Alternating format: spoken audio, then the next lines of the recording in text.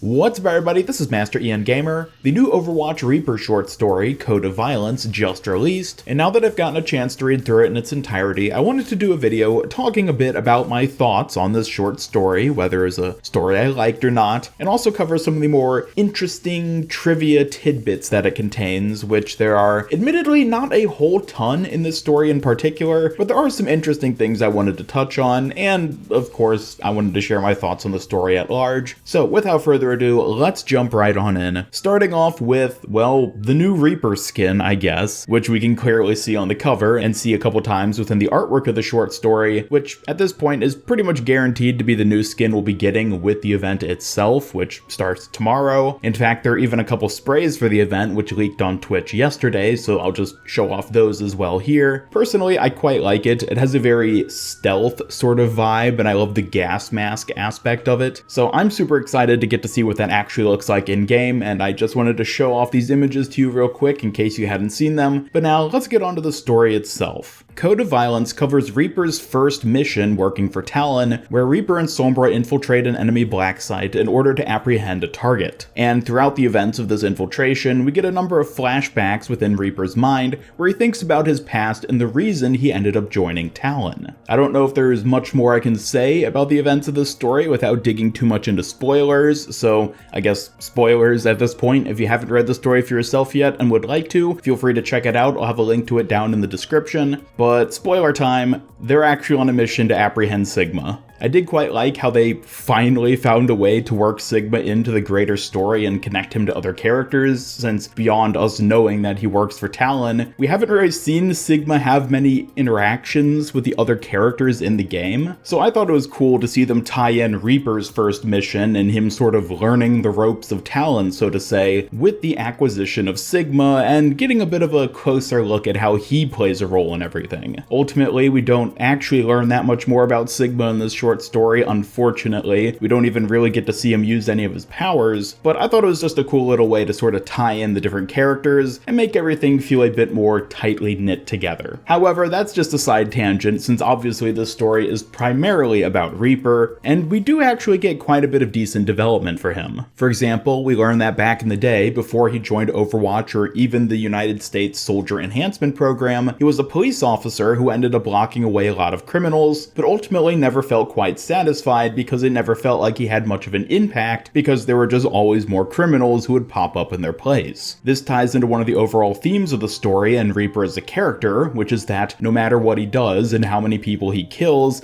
he ultimately never seems to have much of an impact or be able to change the system to actually improve things. From being a police officer to a super soldier and ultimately joining Overwatch, Reaper was never actually able to apprehend the source of what caused all this turmoil and suffering for people throughout the world, which he cites as being things like corruption and the like, but now he's finally joined Talon in hopes of being able to actually achieve that. We unfortunately don't get too much development beyond this when it comes to this theme of Reaper not trusting the system, I guess you could say, and wanting to tear it down, and it's certainly an aspect of his character which I would appreciate seeing further fleshed out and additional story content after this short story. But when it comes to the scope of just this singular piece of media, I guess it does a good job of at least setting that up as being part of his character, since beforehand we didn't really know much about Reaper's motivations or what was actually important to him. He always just sort of felt like an edgy dude who wanted power and hated when other people told him what to do and bossed him around. So it's nice to get a bit more of a fleshed out backstory for the character specifically, along with some further insight into what actually motivates him.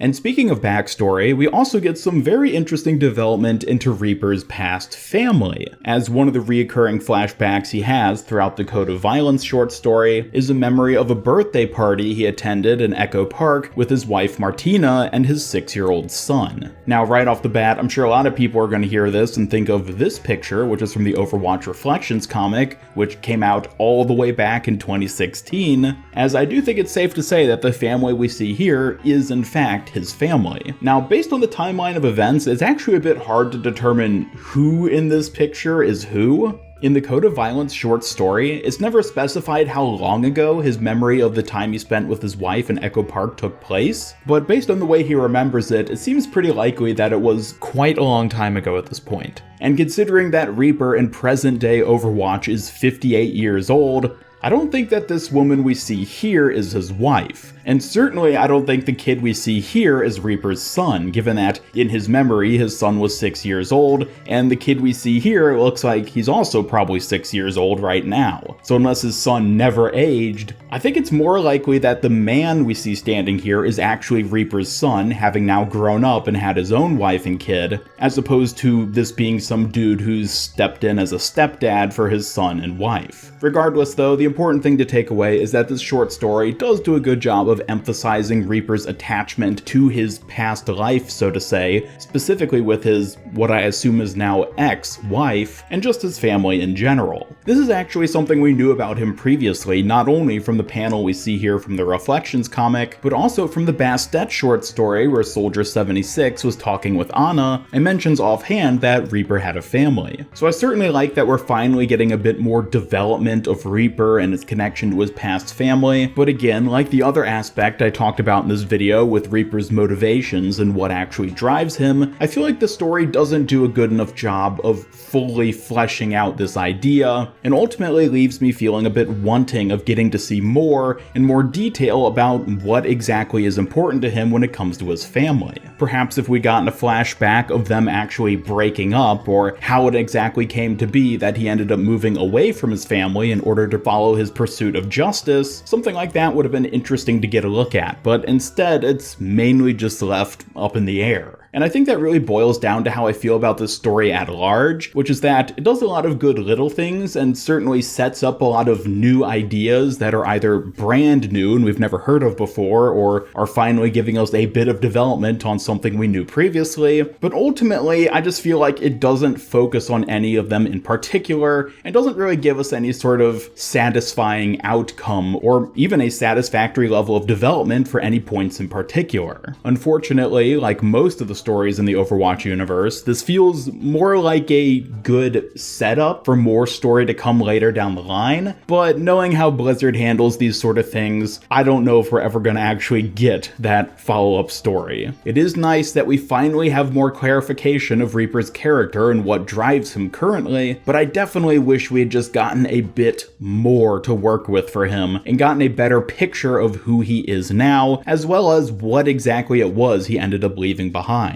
Overall, I have to say that I did quite like this short story though. Certainly not the best short story we've had, but definitely not the worst either, so I'd put it right around the middle in terms of how good it was. A fairly average short story out of the ones we've gotten before. And certainly, if nothing else, I'm just glad to see us getting more story content. It's been more than a year since we've gotten a short story, and even with the comics going on currently with Cassidy's New Blood series, we just really haven't been getting much story content, so it's nice to see any addition in the story department, to be honest, so I certainly appreciate that as well. Anyways, I think that's everything I have to say right now for this short story. Not a whole ton to talk about, unfortunately. It's by no means comparable to Stone by Stone in terms of the development it gives us, but it was a nice little read, and I would certainly recommend it if you're a fan of the Overwatch storyline, or if you're just a fan of Reaper specifically, and I'd love to hear your thoughts on this short story in the comments down below. Did you enjoy reading it, and do you think it did a good job of fleshing out Reaper's character? Or perhaps like me, it left you feeling a bit